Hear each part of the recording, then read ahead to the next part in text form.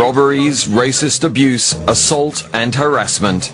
For over 10 years, Suresh Kumar has suffered over 200 attacks. He's been sprayed with CS gas, held up at gunpoint, had his till carried away, threatened with a machete, as well as pushed, spat at and racially abused. You're Asian. You're nothing. After each attack, Suresh called the police, but despite the CCTV evidence, nearly all his attackers have escaped justice. They've broken my nose, they've broken my cheekbone.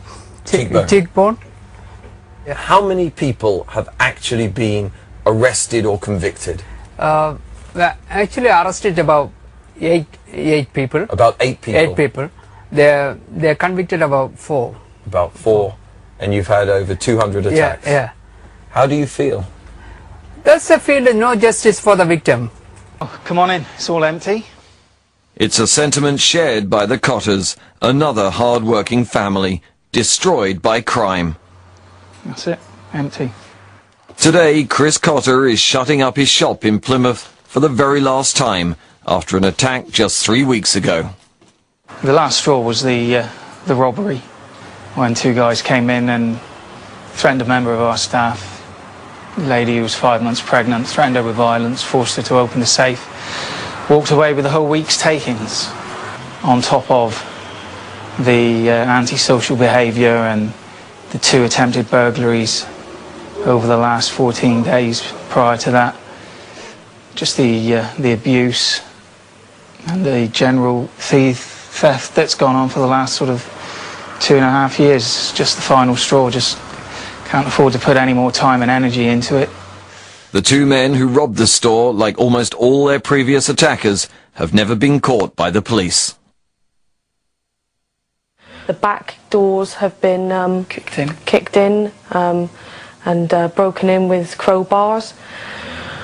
We've had a hot coffee thrown over staff members. We've had them punched, spat at, headbutted. You name it, they've had it done to them, you know. I'd expect the number of times we've called police has got to be in excess of 70 odd times for all sorts of crimes over the years. Easily, if not more. We've had our lives threatened. We've threatened to have the shop blown up.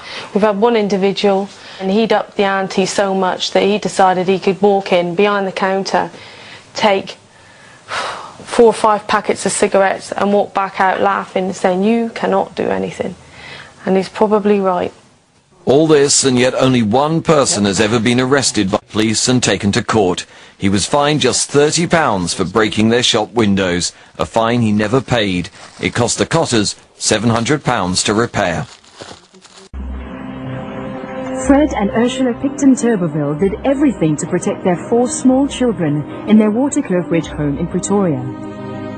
A month ago, they were having a family day, playing games and watching DVDs. Suddenly, 2 men appeared in their backyard. Ursula tried to get the kids into the house. He knocked the cell phone out of my hand, put the gun to my head and was just going, "Sleep, sleep, sleep." So they got us all down on the floor. The kids were in front of me and the 2 little ones were sort of around the corner in the passage. And Fred was then behind me. And he was just saying to them, "Please don't hurt my children, please don't hurt my children." And I'm saying to the kids, "Be quiet, be quiet, be quiet, just do what they say." And we're saying to them, "Take whatever you want. Just go, just take, go." And the other guy just came up and just shot him. Just shot him in the head.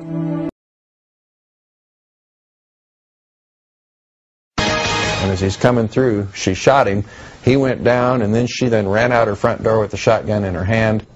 This registered sex offender is dead. The woman who shot him will not face criminal charges. Her harrowing Halloween story tops our news today at 5. Good afternoon, everyone. 5 days after a local woman is raped, authorities say her rapist returned for a second attack. But that second meeting left this man dead. He is 47-year-old Ronnie Pryor, a registered sex offender living in Jackson. The victim, a 57-year-old woman living here in Cape Girardeau. Now, we're not going to release her name nor where she lives, but authorities want us to tell you about what she did to protect herself from being attacked a second time. It's our top story today at 5. Cape Girardeau County prosecuting attorney Morley Swingle was writing up charges against Ronnie Pryor when he got the word that Pryor had died. Instead of filing the charges on him, I began a letter to Chief Kennison letting him know that the woman in this case, a 57-year-old woman, is not going to be charged with any sort of crime. Swingle's letter lays out a harrowing story that begins 5 nights ago when a man breaks into the woman's home through a basement window and rapes her. She had seen his face and had described these unusual black spots on his face, these blemishes, but she didn't know him. He was a complete stranger.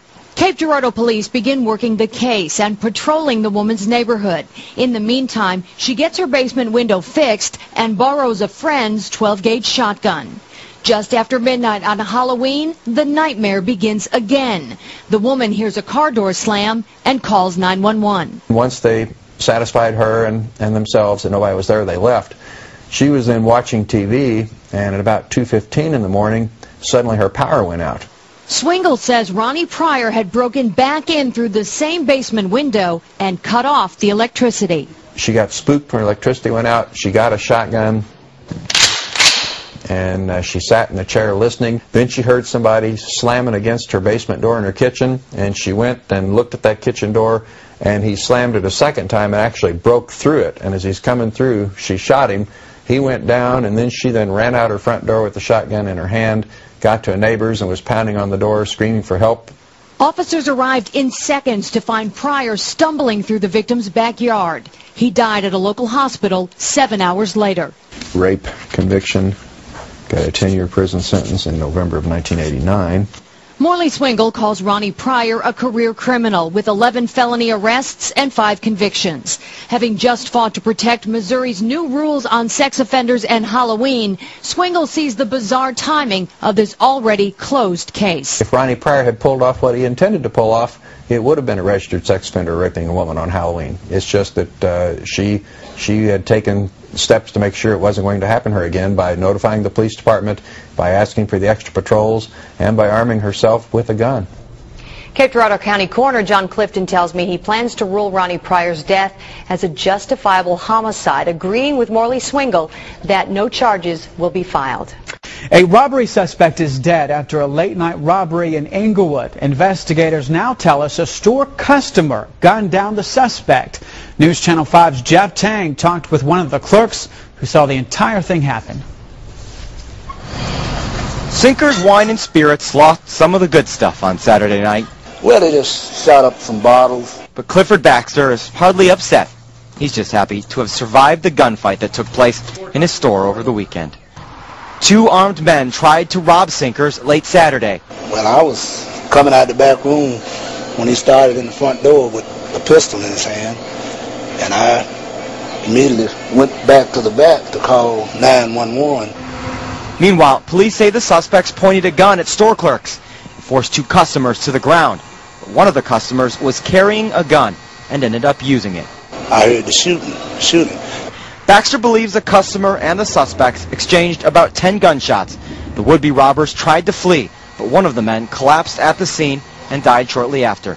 Police say the citizen had a valid carry permit and a right to protect himself. A citizen, just like a police officer, have the right to defend themselves or defend others if they're in fear of death or serious bodily injury, and that right extends to using deadly force. Just a little nerve-wracking, just thinking that things could have been a lot worse. Even though the store was closed Sunday, Clifford Baxter had to come back to work to clean up.